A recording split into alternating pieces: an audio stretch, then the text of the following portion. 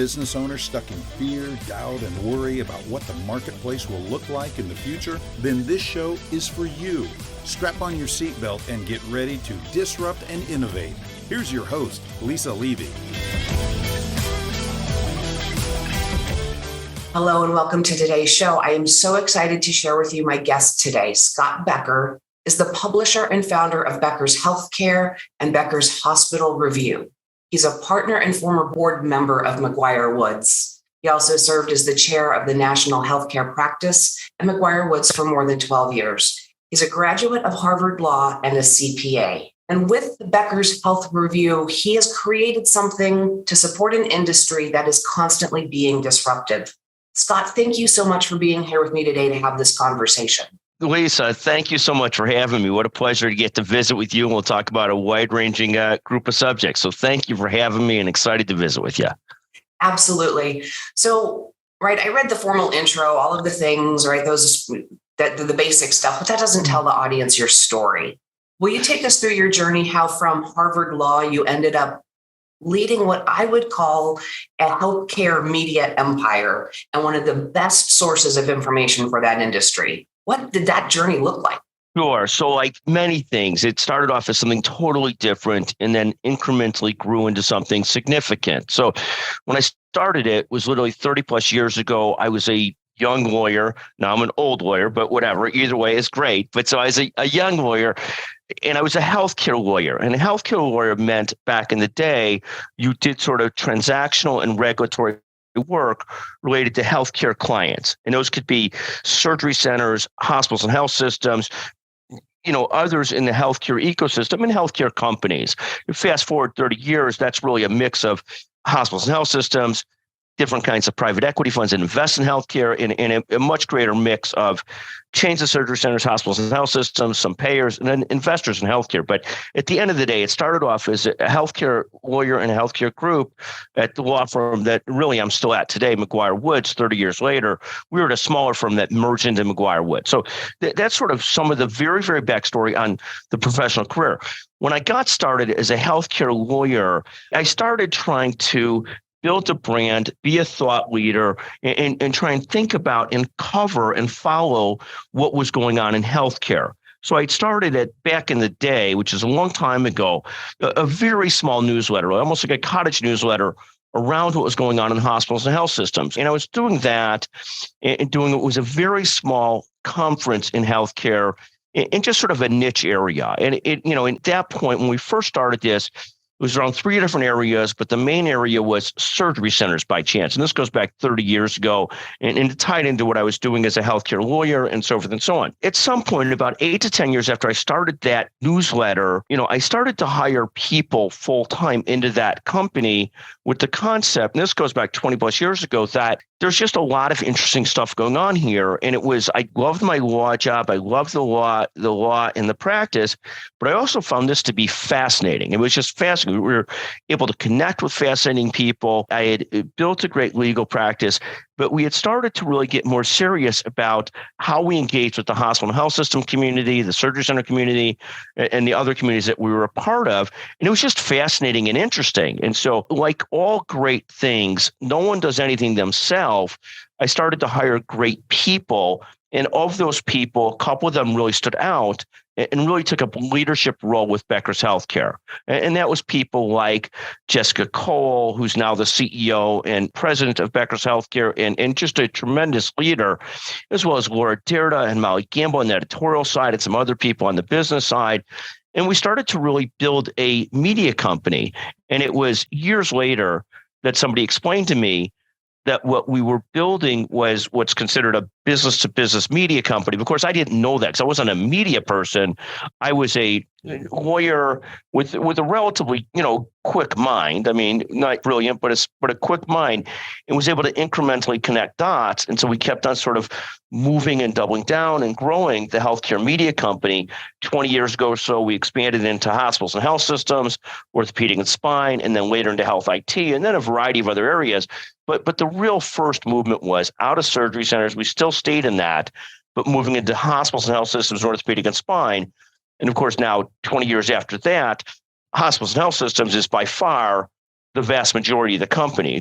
That's where there's just a huge readership, listenership, and where there's just a lot of opportunity. And so it's been fascinatingly fun for me to get to visit with so many bright people, whether nurse leaders, doctor leaders, CEOs across the board. We get a chance to visit with people, and I really enjoy it. I mean, visiting and learning, and I'm a believer in lifelong learning, and I'm a believer in the long run, physical and mental health.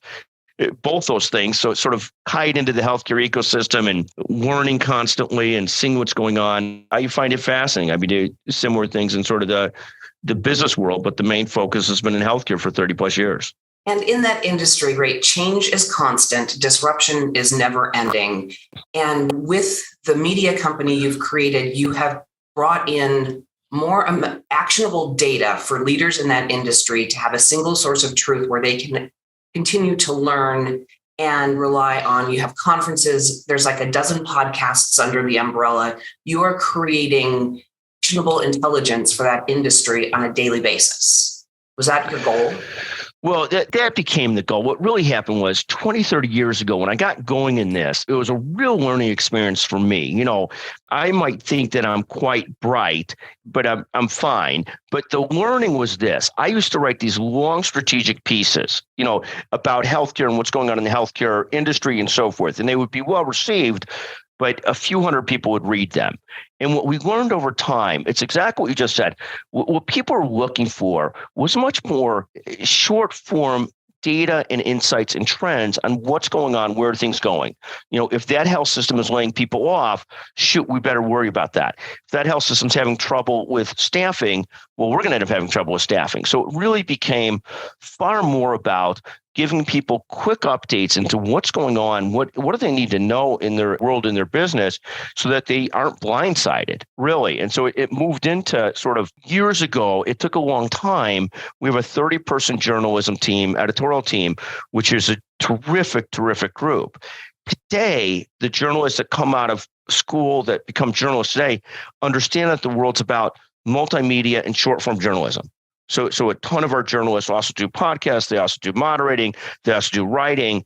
But they have all learned that at the end of the day, most people want to read a 3 to 4 paragraph article or something like that versus a 20 paragraph article, which is just, if you read magazines, there's so many magazines, but fewer and fewer have long form articles because people's attention spans aren't focused on that. They're focused on what do I need to know? What gives me a quick sense of what's happening?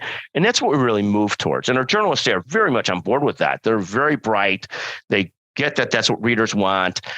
In the old days, we had writers back in the day, in my generation, your generation, George Will was a famous writer, famous columnist, and people wanted to be the next George Will or the next famous journalist.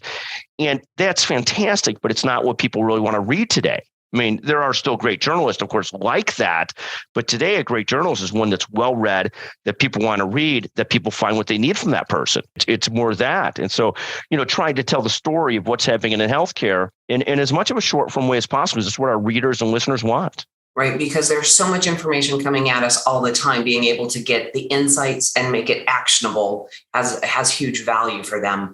You've talked about the length of this journey, right? You've been building this for 30 plus years to get to where you are. Talk to me a little bit about some of the roadblocks or the setbacks along the way, because nothing is clean and nothing is easy. And you've built something that's actually really big. So what were some of those obstacles along the way? Sure. So it's a great, great question. So I am a believer that in almost anything you do, there's going to be naysayers. And we have a podcast on this. Don't listen to the naysayers.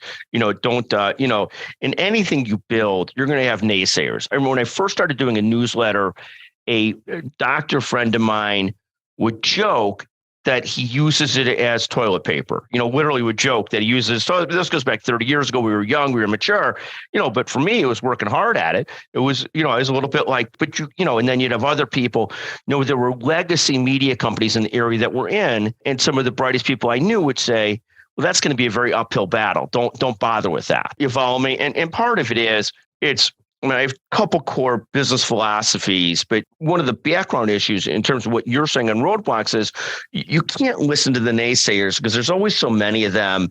And, it's like anything else. When a student first raises her hand in class, other students might be negative about that. Might be, oh, you're trying too hard. And then what happens over time is that student keeps on raising their hand, keeps on contributing, and hopefully isn't pretentious about it, because there's some of that too, and isn't pretentious about it. At some point, that moves from, this person's making themselves a serious professional, this person's a serious student, from this person just, oh my God, they're a gunner, they're trying too hard, they're doing this or doing that. And at some point, it's almost like media, advertising, marketing, all these kinds of things, any kind of brand you're building, you have to do enough of it that people start to say, oh, I might like or dislike him, but they're trying hard.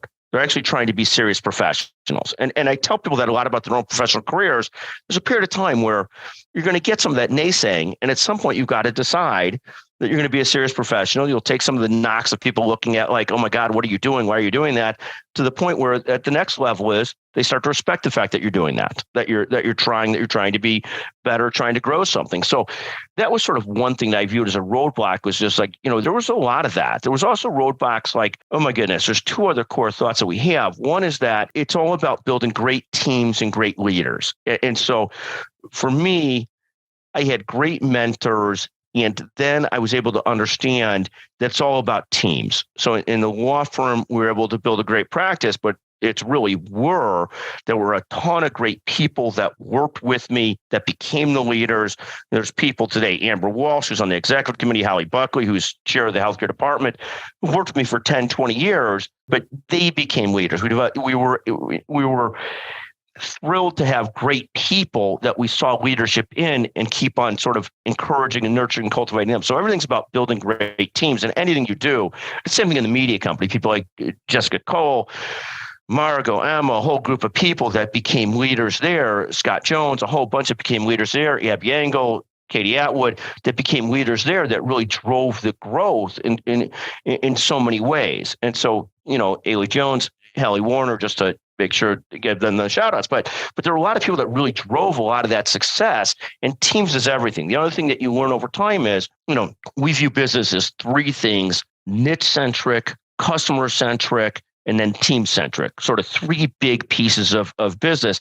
It's very hard to be in a broad general market. We want to be in niche markets. Second is you have to treat your customers like they are just so important, because that's what pays the bills. And you have to understand who are your 20 customers that pay 80% of the bills, or 20% that pay 80% of the bills. And you better make sure they're incredibly well taken care of, whether in law or media, whatever it is. And then third, it's building incredible people. And it's constantly doubling down on those three things. I mean, Lisa, I could keep on talking. I'll shut up for a second. I promise. No. To let you interject. I want to jump in. No, the point is for the audience to hear your story and your perspective. But I want to pull back just a little bit to the naysayers. One of the things, right, in the spirit of moving things forward and challenging the status quo, which is what disruption means to me, or being disruptive, right? Those naysayers are really important, because if you're only hearing your own ideas parroted back at you, you're probably not actually taking the risks that are necessary to make the big impacts. And so I love that you spend some time in that space where you have to hear those different views. And the colleague or the friend who was using your newsletter as toilet paper is a great little anecdote. But it's real, right? There are people, when I left a large consulting organization to start my own, everybody told me I've turned every person I ever knew into a competitor. And I laughed at them. I said, no, I didn't.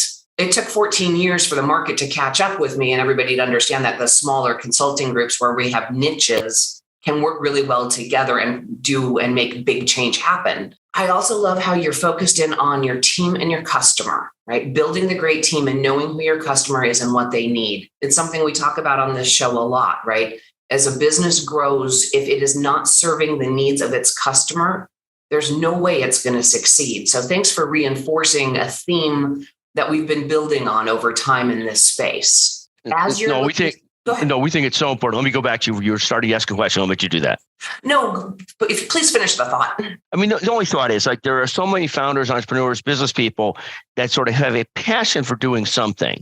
And at the end of the day, the great fit is where there's a Venn diagram that what passion you have intersects with what a product or customer needs. Because one of the things that we see in the software world is you have this great divide in software being developed. Some of it's developed because a person has an idea and they love the idea, and it may be a brilliant idea.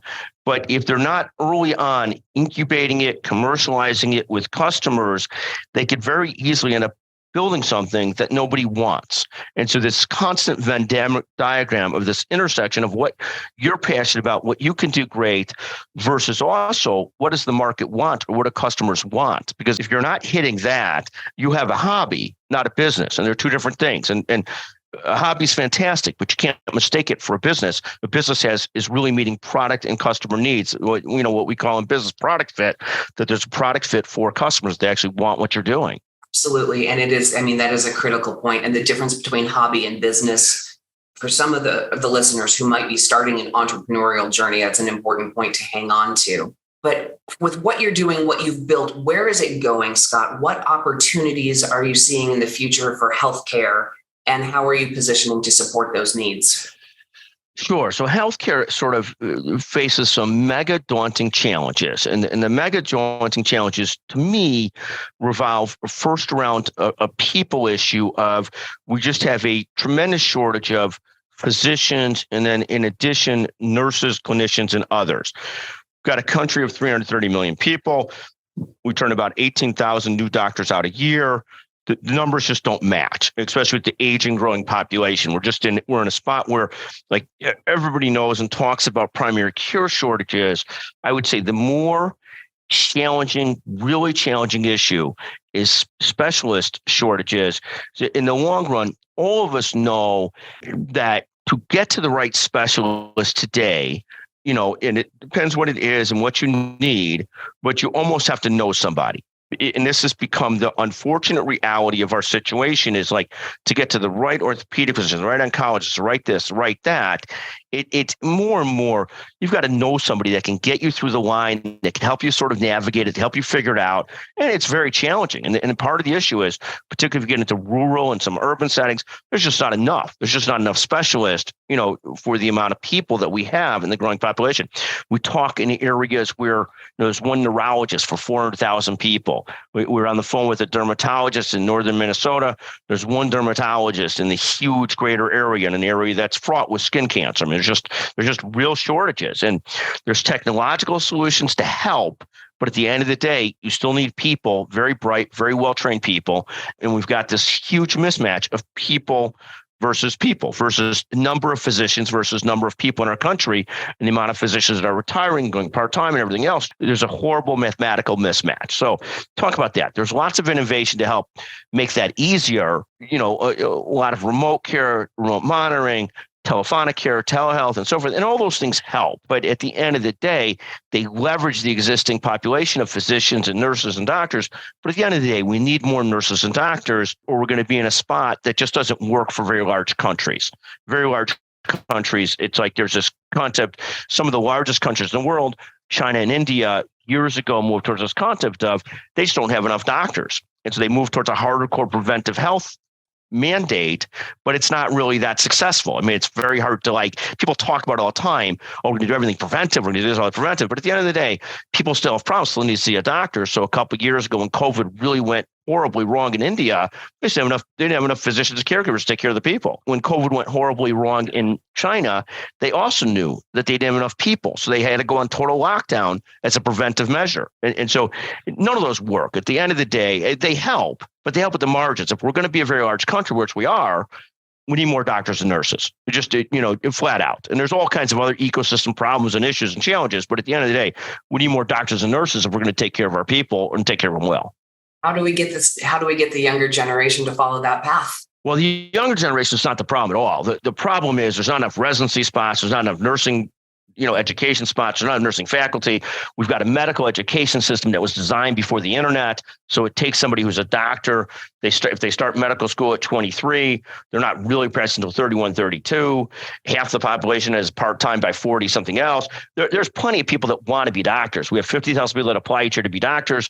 There's 20,000 spots. Of that 50,000, probably 40,000 are relatively qualified to be doctors. I'm sure there's 10,000 just have no business applying to med school. I don't know what the number is. But at the end of the day, there's plenty of people that still want to be a doctor. Med school applications are still very high. I mean, plenty of people want to do it, but we do have to make it more attractive so we continue to get very bright people, the best and the brightest, and excellent people to be physicians. And there's a lot of, but the problem is not that young people don't want to do it. There's more than enough applications, more than people that want to be doctors. There's a lot of people that want to be nurses. It just is, we have to make the education more attractive. It's ridiculous right now that you've come out of it with a tremendous amount of debt.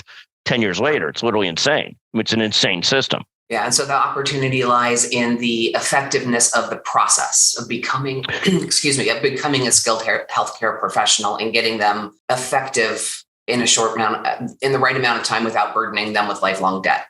Well, that's exactly right. And there's like in other countries, they do it a lot quicker. They get people out in 6 or 7 years versus 8 to 10 years. And so we just need to, at some point, move towards that type of system. And there's all these built-in sort of impediments to it. You've got a bit of a guild society that still goes on, where people are protective of how long medical education is. There's people that were trained under one method that think that's the only way that you could do it. But obviously, in so many other areas, it's not that it has to be 4 years, but for sure, if the old system was based on massive memory and everything else, and now you've got the internet at your hands, you still need, if you're going to be a brain surgeon, sure, you need a long residency to make sure you really understand it. All these things, still need significant residencies and hands-on training. But the 4 years of medical school is ridiculous, because most of the stuff, it's like I went to law school. How many things from law school I actually use as a lawyer? Very few. Give me 3 years more of learning, 3 years more of growth, 3 more years of maturing. And then improve my writing and improve some other things. But, could law school be done in 2 years? Of course. Could med school be done in 2 years, not 4 years? Of course. Do we still need long residencies? Probably. But it's a very inefficient system for developing doctors, and we need doctors so badly. It's ridiculous. Well, yeah. And without opening up the larger can of worms, like education is holistically how we do it is probably in need of an overhaul. And this is just one symptom of it. But I won't take us down that rabbit hole, because that's not what we're here to talk about today.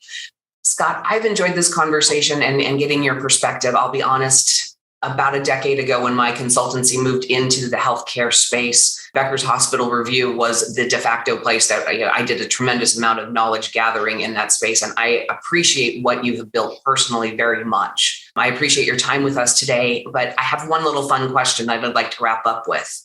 If there was one piece of technology that existed today that you would benefit from, what would you want?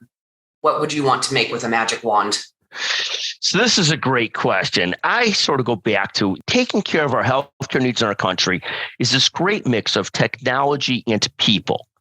Technology and people. If there was a way to take a magic wand and fix the healthcare education system or create more doctors, more specialists. This is a horrible situation currently. I've done economically well. It's hard for me to find the right specialist when I need it for my family. I have to call in favors. I have to ask people. I can't imagine people that aren't and I'm tied into the healthcare system. And it still is like, I have to call on people. I don't want to have to bother to say oh my God, can I get my mother this care for this or whatever it might be? And it's throughout. So if I had a magic wand, we would fix this doctor staff shortage. If there was a period of time where doctors were sort of viewed as like, oh my God, they make too much money. They make this, they make that. But we need them. And they're important. Doctors, nurses, clinicians, everybody. We need them. So if I had a magic wand and technology could fix something, it would fix that. And there's all kinds of other ways people try to do that. There's robotic nurses, there's that stuff like that. People are working on those things, but you need enough people too, because people like to be taken care of by people. And we need it's not just all AI, it's people and AI. It's people and technology. It's both. They have to work together effectively, or one can't do without the other, especially for the growth and the scale that we need in this industry. Scott, I appreciate your time with me today, sharing your perspective with the audience. For our listeners and our viewers, remember, don't get left behind. Join me next time. Lisa, thank you so much for having me. What a pleasure. Thank you so much. Thank you for giving me part of Friday morning, and have a great weekend. That's it for today's episode of Disrupt and Innovate. Head over to iTunes and subscribe to the show. Every single week, one lucky listener that posts a review on iTunes will win the grand prize drawing, a $15,000 private VIP day with Lisa Levy. And be sure to head over to disruptandinnovate.com and get your free copy of Lisa's gift. And join us on our next episode.